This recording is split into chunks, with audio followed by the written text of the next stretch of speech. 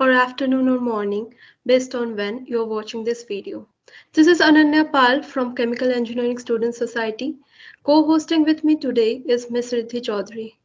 Our guest for this episode of A Chat with Chess Placement Talk Sessions is Ms. Sebontika Bose, who happens to have graduated in Chemical Engineering from NIT Durgapur in 2023 and is currently working as a management trainee at Haldia Petrochemicals. Welcome to the show, Dee. How are you feeling? I'm doing great. How are you all? How is college? The It's going well, but still there's a lot of pressure. It's And yeah, thank it's the same as it always has been hectic, a lot of pressure, but fun nonetheless. I believe that is what college is at the end of the day. Understandable. All right, yeah. Let's move ahead with whatever questions you guys have. Sure thing, Dee. yes, Dee. Uh, my first question is, Dee, can you tell our viewers something about Haldia Petrochemicals? Right. So basically, Haldia Petrochemicals is a company. The first plant is in Haldia. We have a few other, businesses here and there, but mainly it's a naphtha-based petrochemical complex. So it produces chemicals. It produces some fuels. It also produces polymers, high-density polyethylene, linear low-density polyethylene, and polypropylene. So these are mainly the products that we work with, and all of these products come from five main production plants within the petrochemical complex. So as you all know, as the name stands for, it's located in Haldia. It's around about a 2 hour, 3 hour drive from Kolkata. That's basically what the company does in a nutshell. So we all know that you did your vocational training in HPL itself. So was that the reason that led you to choose Haldia Petrochemicals as a company you want to start your career with, or was there any additional factor to it? Right. So when it comes to deciding any kind of company, I'll definitely say that the vocational training did play, major role in my decision. Right. But like a lot of other factors play into it. Like considering that we're core engineers, right? So there are a lot of ways you can go. You guys can go into petroleum refining. You guys can go into other products like fertilizers, or some people work with CBD and stuff. So there's a lot of different industries that you can opt for. One thing that I sort of fixated upon towards the end of my third year was that I wanted to start my career in either petroleum or in petrochemical, industry wise. So that, along with my experience here, which was really great, I did my vocational training in the high density polyethylene plant. So that, plus my fixation upon the industry that I wanted to work in, and of course, like, we'll be realistic about everything. It depends on the types of companies that Sure, come yeah, for placements every year, right? So definitely. given the options that we were working with, and plus the fact that I knew this company slightly better as compared to other companies while sitting for placement, so all of that sort of contributed to my decision. Can you please elaborate about your vocational training experience? Okay. So, as I said, I did my vocational training here in the high density polyethylene plant. I did a few other internships and trainings in other plants and other places, but I'll specifically speak about the training here at Haldia. So, I think there are a lot of things that you learn from a vocational training. There's a lot of stuff that books cannot teach you about.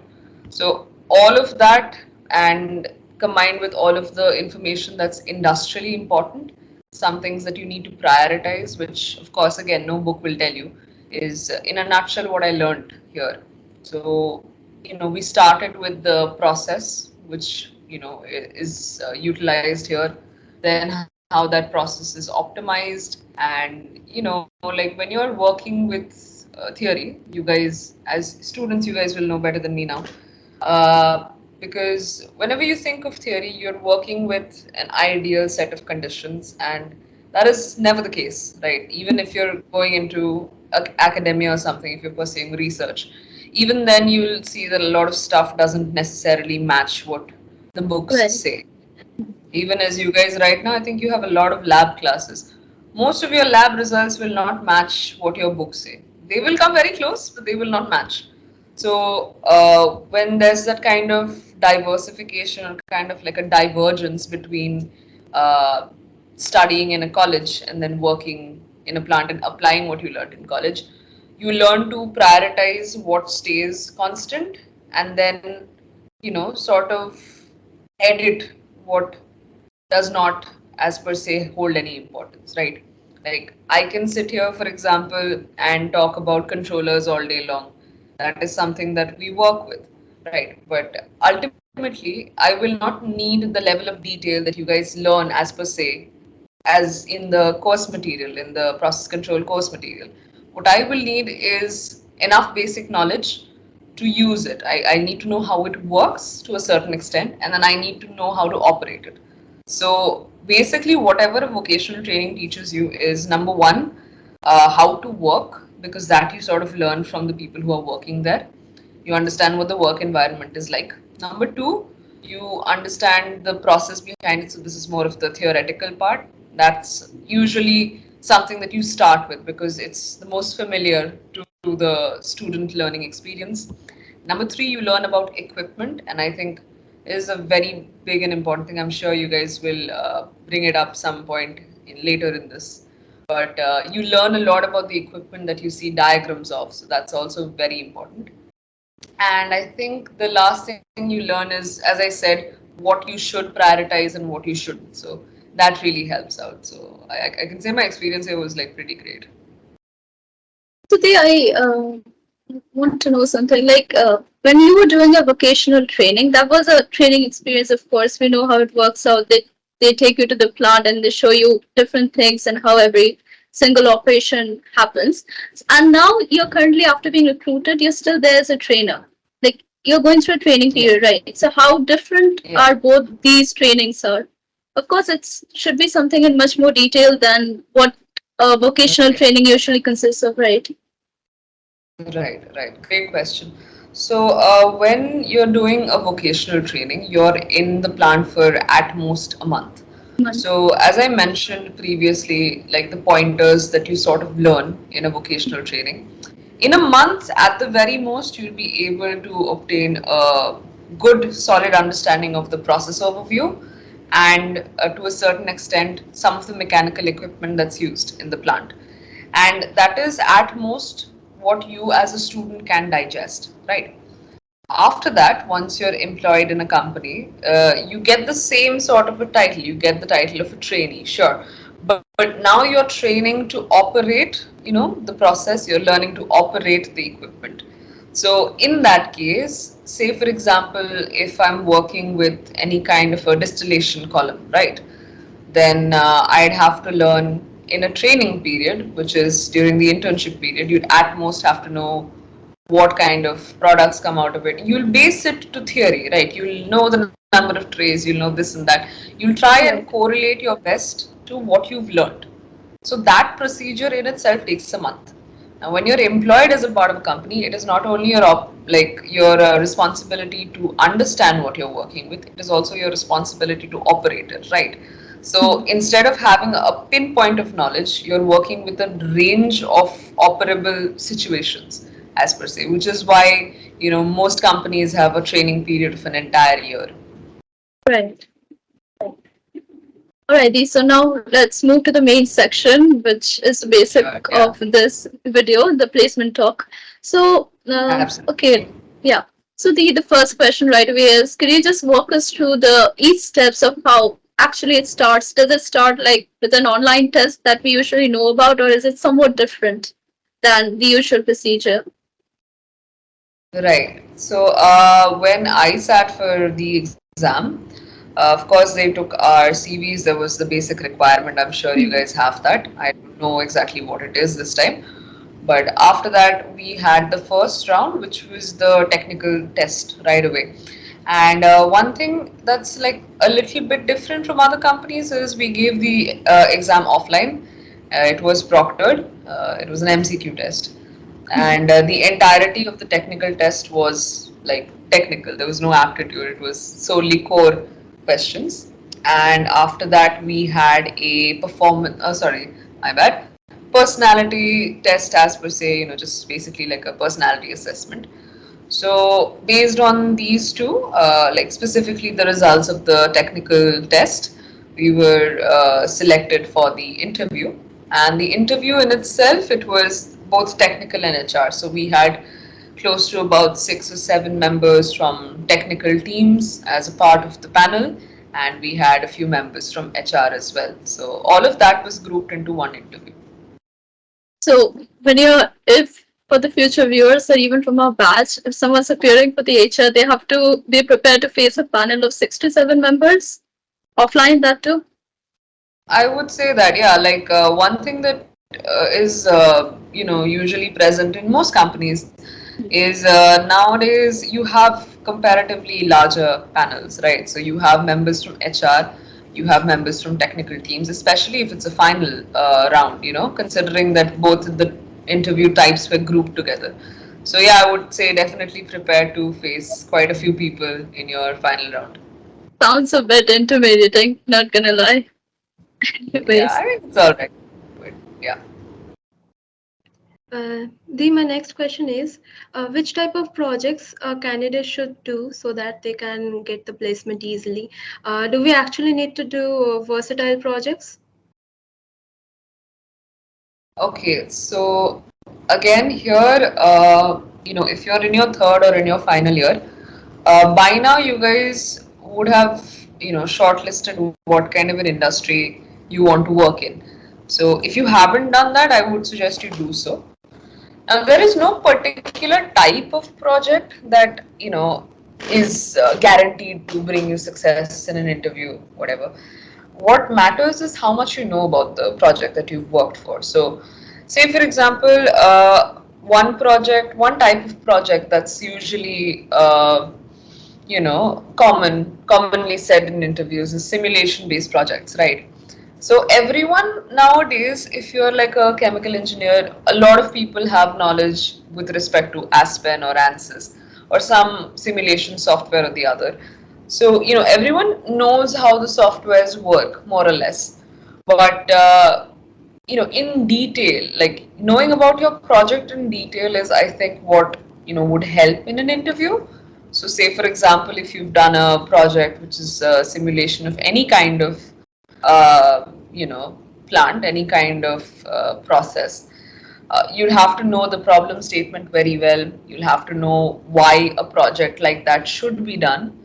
And in this case, I think it's very important for people who understand both academia and industry to sort of teach you why these projects matter, right? So because a lot of people do a lot of projects, so thankfully, our department has a lot of professors that understand the importance of these projects. So definitely, whatever project you have done, there is no such thing as a project that is not as good as the other project. You should really know everything about it, and I do mean everything because, as I said, if you're going to face a big panel, then there is always a greater chance that whatever project you have done, someone sitting in the panel on the opposite end will know a lot about the specifics of that kind of a problem statement. So, whatever you have done, just make sure you know exactly what you have done, why you have done, and how it can impact whatever industry you want to work in.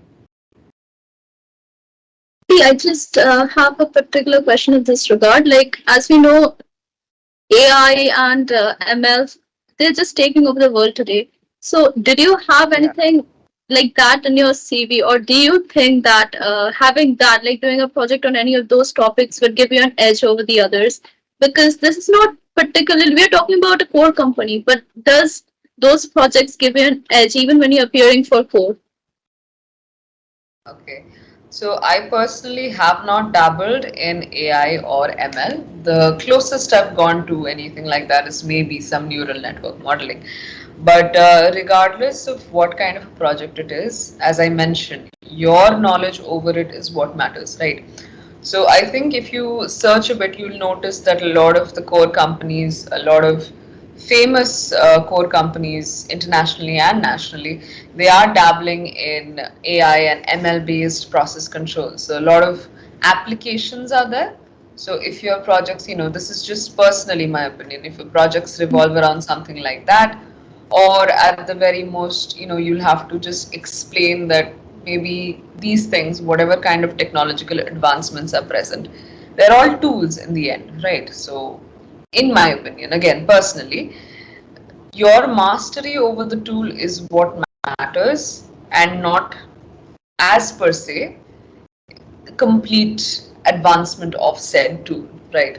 So I'm sure if you have a good knowledge over it, you will face some kind of advancement or the other, but your knowledge about it should be sincere so that no one can cross question you and find a loophole. Right, right.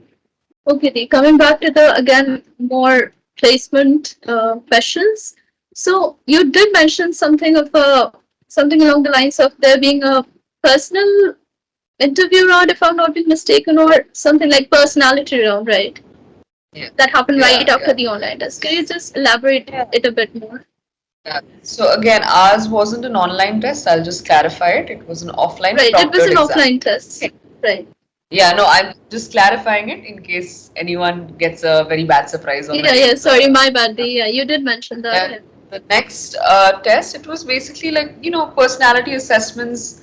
I'm sure everyone has given one or the other. You guys have also sat for internship exams.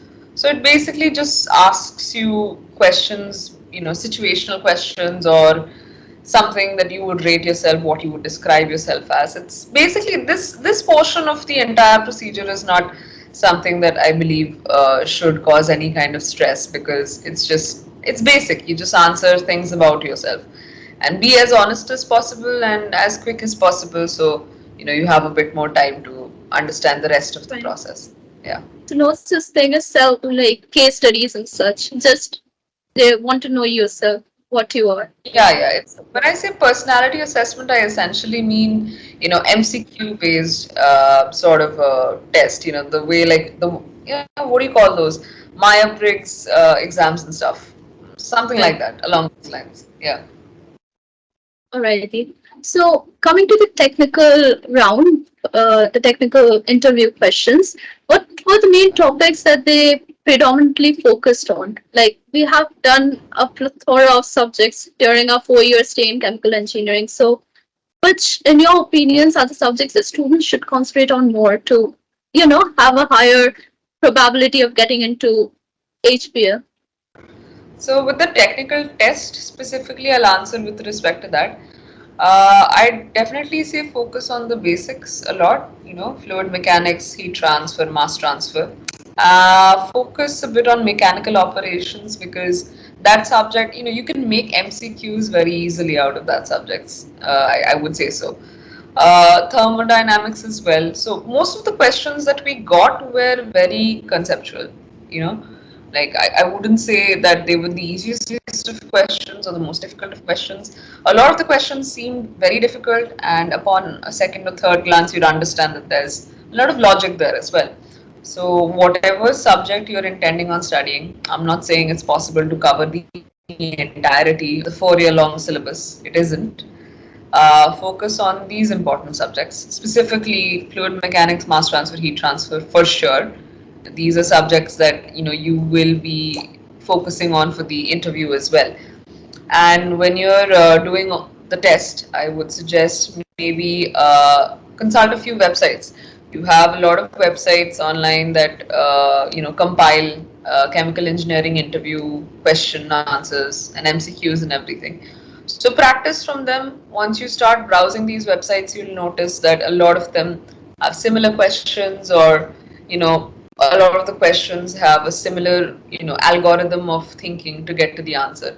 So practice those and divide your time accordingly between you studying and you practicing. Work very efficiently when it comes to preparing for an interview, because you will have your technical questions, you will have stuff that's based out of theory, but alongside that, you will have questions, as you guys mentioned, from HR. You will have questions from equipments. You'll have random questions coming from important industrial equipments.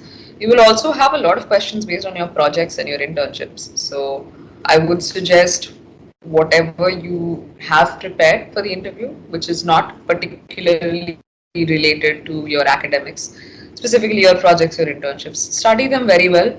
And this is very important for final years because it's been a year since you guys sat for your internships or you guys did your projects, something or the other. So get it sort of refreshed in your mind Yeah. before you sit the interview. So that like sort of sums up everything that I Didi, remember hearing. I'm sorry to interrupt. I'm sorry to Yeah. interrupt, but I'm a bit curious. Did you in particular face any such out of the box question which was, which made you think like what should be the answer? It made you take a minute or two to think to come up with the answer. Yeah, I think a lot of I think one or two technical questions that sort of were based on applications of theoretical knowledge, those were slightly out of the box. Like now that I'm working in set environment, maybe I'll find it easier to answer. But back then, compared to whatever theoretical knowledge Right. I had, it was slightly it kind of like makes you think for a bit. That and HR questions because this company, as I mentioned, they do a personality test before they start the HR round, which a lot of companies do as well. So what you guys will understand is once they've done that test, they already know a lot more about you than you realize, right? So that kind of a dynamic of your personality based on what you yourself have admitted to. A lot of the questions, may slightly surprise you. Something along the lines of, say, for example, you have leadership qualities. How do you expect to work in a team? Right, stuff like that's a very general example, but what I mean to say is specifically for this company, since you sat for a performance like review before you performance review, my bad, personality test before Personal. you sit for the interview, you will, the panel will know quite a bit about you, and the same applies for your CV as well.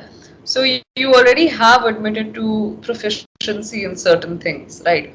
Whatever you present in the interview, other than your answers to questions, is whatever they already have, right? And they have your CV, they have your personality test results, they know quite a bit about you. So what you have to do is make sure that whatever information you've provided for yourself is solid, and secondly, cross questioning based on whatever information you have provided does not lead to any kind of inconsistency within your knowledge, right?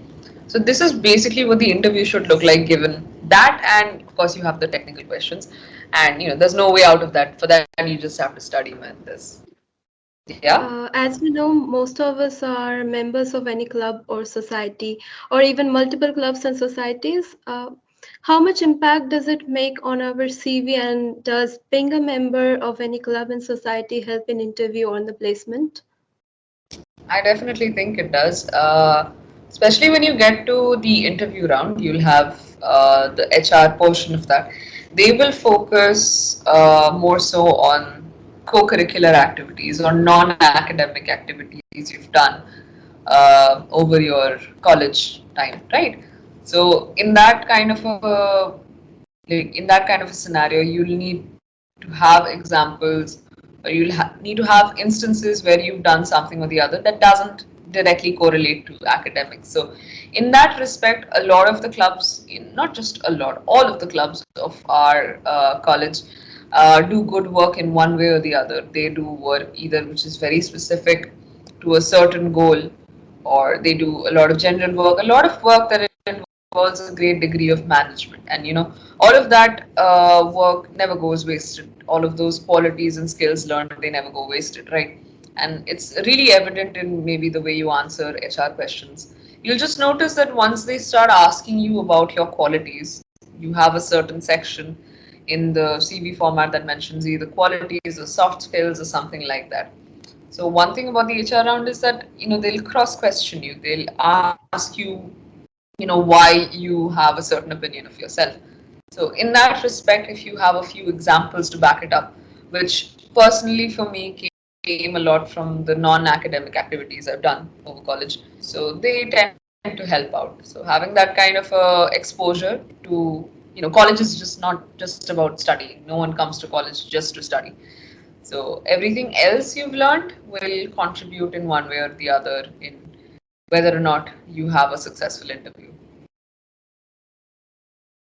Right, Didi. Now that you already mentioned it about the skills portion, if you don't really mind, could you share with us a bit what you had specifically mentioned in your CV so that we get to have an idea about what kind of skills and technical, be it technical or soft, can get a person through in one of those interviews? Because it's surely not easy to crack one. Yeah, so I'll be genuine here. I really don't remember, but I'll tell you guys this much. Whatever skills I mentioned, whatever soft skills I mentioned, there's like a procedure to it. I think a lot of professors in our department will tell you about this as well. You can go to any company's website, or you can go to, yeah, every company's website has, an our people portion, or like some kind of thing that talks about their employees and their work culture. You'll understand what the company needs, right? So in that respect, you'll understand that, specifically if I highlight this certain set of qualities about myself, it'll align more so with what the company needs, right? So my point is, whenever you submit a CV for any kind of an interview, just make sure that whatever you've written in it, has enough substantiary evidence, because Right. you can and you will be questioned about it. Hmm. I think that basically sums up our placement questions in particular, but would love to know what the work culture is like in HPL now that you've started working in it.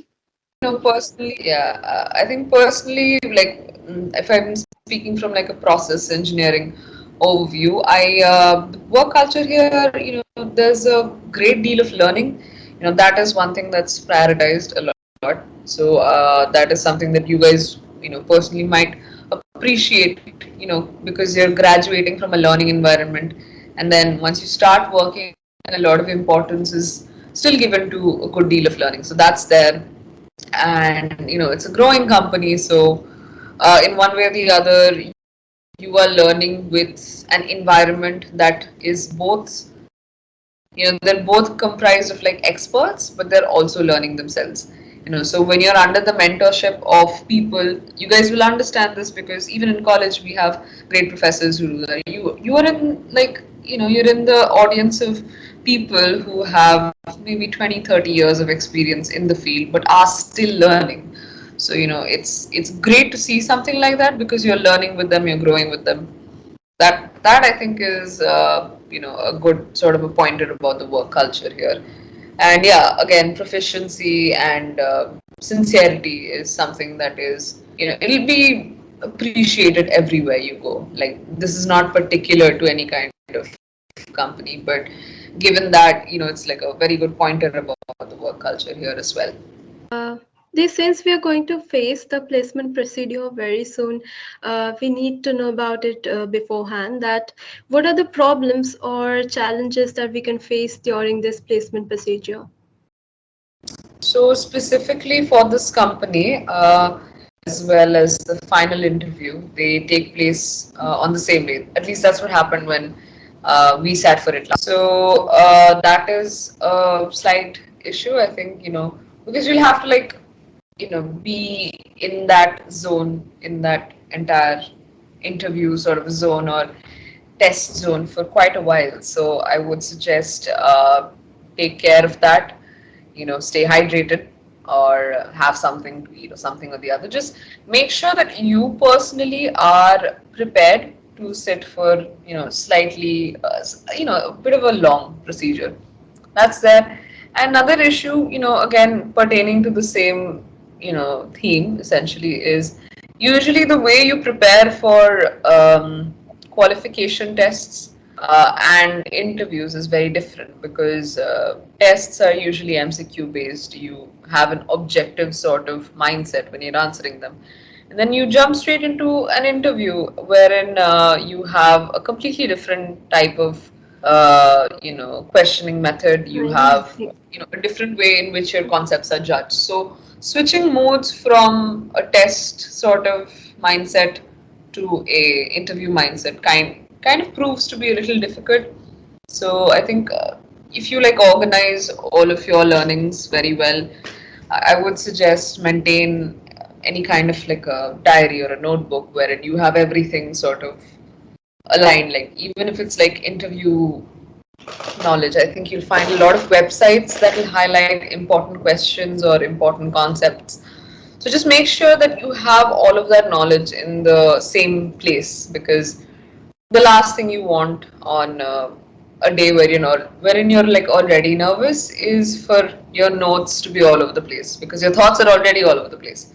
So just make sure you guys do everything you can to make yourselves comfortable. So that goes as long as preparing yourself for a bit of a long day, or having your notes in the same place. Just make sure you're secure. Phone mein charge hai, all of that stuff. Bit more You don't have organized anything as well. else stressing you out. All right. Any final words for your juniors, Deep? Because I believe we are really done with all of our questions and we can call it a night. You're too Yeah. tired to, we can understand. No, no, no. It's understandable. I'll do anything I can to help. But I think for you guys, I said this in the past questions. I'll say it again. Be very, take a lot of time in deciding what kind of an industry you want to work in. A lot of people, might say on the contrary that this is your first job, and you can sort of comparatively be a little slack with it, when it comes to choosing, because given the fact that we're in engineering colleges and we're core engineers or something or the other, there's like more opportunities elsewhere or whatever. There's always kind of going to be like a comparison. But I would suggest be very, spend a lot of time in focusing on what kind of an industry you want to work in. Learn a lot about said industry, right? And Right. don't let external factors, like I know this is a bit of a leap when I say it's, but don't let a lot of external factors influence your decision in any kind of way. So whenever you're studying for something, if you've decided that this is the particular direction I want to go in, whenever you start working with that kind of a mindset, you'll be happier. So when you're working for it, you'll know that it's because it's my decision. That is there. And another thing is, for whoever is like interested in like a core job, I would suggest understand very clearly what a core job entails, because it is not the traditional office setting. It is not the traditional sort of a job thing that you'll see in movies. So whatever job you end up doing, even if it's an office job or even if it's a company that has like, it's like a plant or something, just understand where you're going to work, how you're going to work, how you're going to live. Yeah. So you'll see a lot of the perks and everything mentioned in the company's flyer, whichever company comes from placement. So understand that really well. A lot of people focus or like hyper focus on either the job description or the CTC or something or the other. I would suggest just go over everything very well, because ultimately you're going to spend all your time, all your actionable time in whichever company you work in. So it's gonna occupy a good deal of your life. So give it that kind of importance. That's pretty much it. And Thank you, chill. Dee. That was, yeah, There's that a was lot of absolutely time. beautiful. Thank Yeah, you. yeah. No, the priority is being happy, man. So just whatever you guys end up deciding, just remember, if you don't get one interview, it's not the end of the world. So that is another thing. Just because maybe somebody sat for one interview and cracked it, does not mean it'll work the same way for you. Everyone's got a different sort of a plan. So chill out, okay? If you're failing in any kind of an interview, don't take that as something that is defining of your intelligence, of your character, of your qualities. No, it isn't. A lot of these interviews, a lot of things are left to chance. That's just human nature. So keep like a winner's mindset. If you don't get this one, you'll get the next one. So all the best with everything. Thank And you. Thank you, Dee. Thank you. Thank you, Deep. Thank you. Thank you, Dee. Thank you once again for making time out of your busy schedule. We understand you're like just recently joined a job and you're all hectic and you've got a day packed, and but we really appreciate you taking your time out in spite of all these factors. And Chess would like to keep in touch with you in the future as well, and we hope to see you again with us in the future. And as for Absolutely. viewers, thank you, Dev. As for viewers, it's a humble request to kindly like and share the video, and of course, let us know in the comments down below whether you found the video insightful or not, and who would you like to see with us in the future, or what companies would you like us to bring to you guys. And we've got our social media pages as well. Take, for instance, Facebook or Instagram. Please to check those pages out and follow them as well. And yeah, that was all. That was all from our side. Thank you. Just signing off.